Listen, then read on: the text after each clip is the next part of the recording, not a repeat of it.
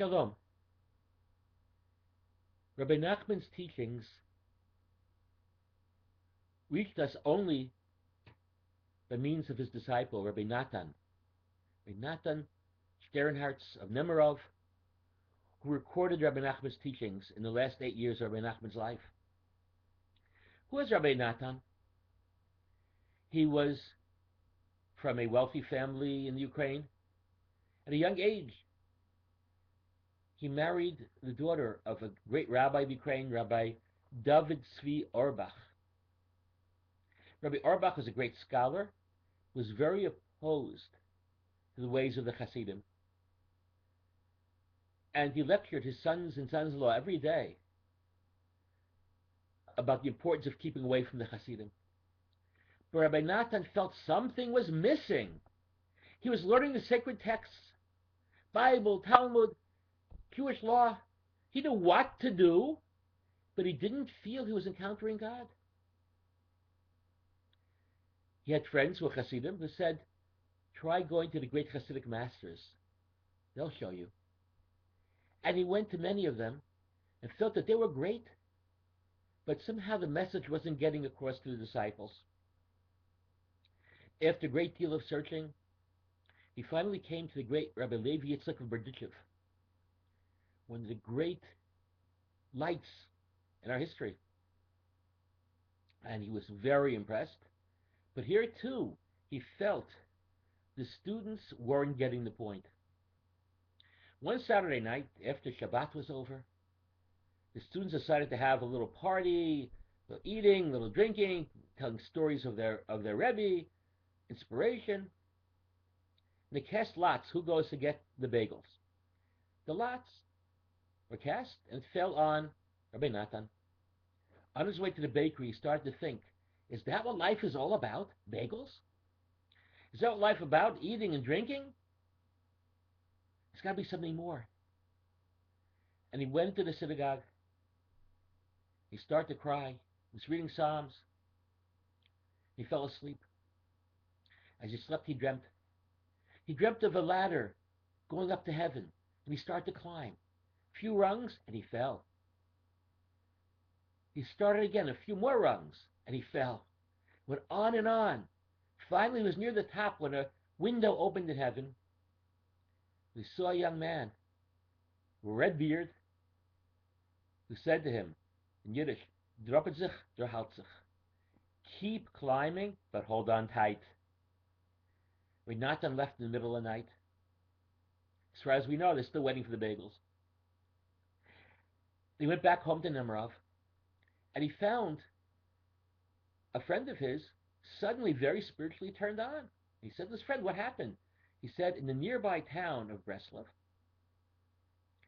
a new young Rebbe has come in, Rabbi Nachman. I went to him last Shabbat, and I'm so excited. Rabbi Natan said, okay, wow, I want to try.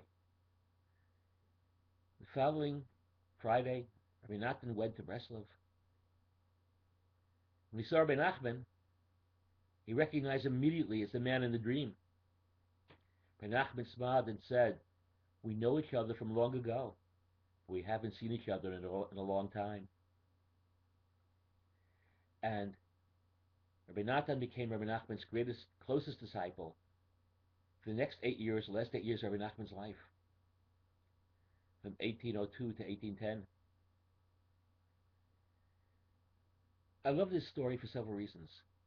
First of all, he didn't look at the wealth of his father's house or even the learning of his father-in-law. He wanted God. And he went to search. And he found institutions built around great men that somehow didn't reflect the great men. Institutions have a life of their own. He kept seeking. And he dared to dream. Many people don't dare to dream. Their spirituality often reflects just what everybody does.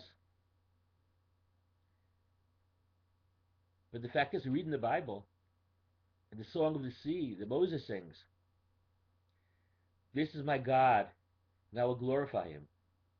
The God of my fathers, I will extol him. God has to be not only the God of our fathers, but also my God, your God.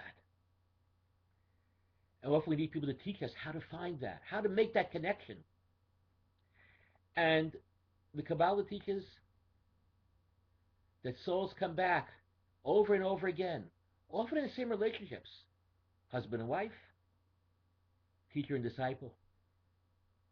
So Rabbi Nachman said, oh yes, this is not a new story, it's an old story. Moses and Joshua,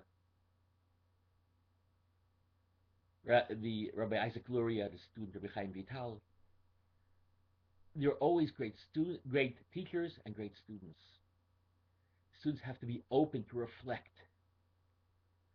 Rabbi Nachman taught, well, it says in the Talmud that the face of Moses is like the sun, the face of Joshua like the moon. Rabbi Nachman said, what does that mean? The moon, as we know, has no light of its own. It reflects light of the sun. When there's no Moses, no sun shining and high in the heavens, we still have the disciple, the student, who receives the teachings of his master and gives them to the next generation. Next generation, we don't talk about our teacher Joshua. It's still our teacher Moses, but through Joshua. And through the teachings of Rabbi Natan, we have the teachings of Rabbi Nachman.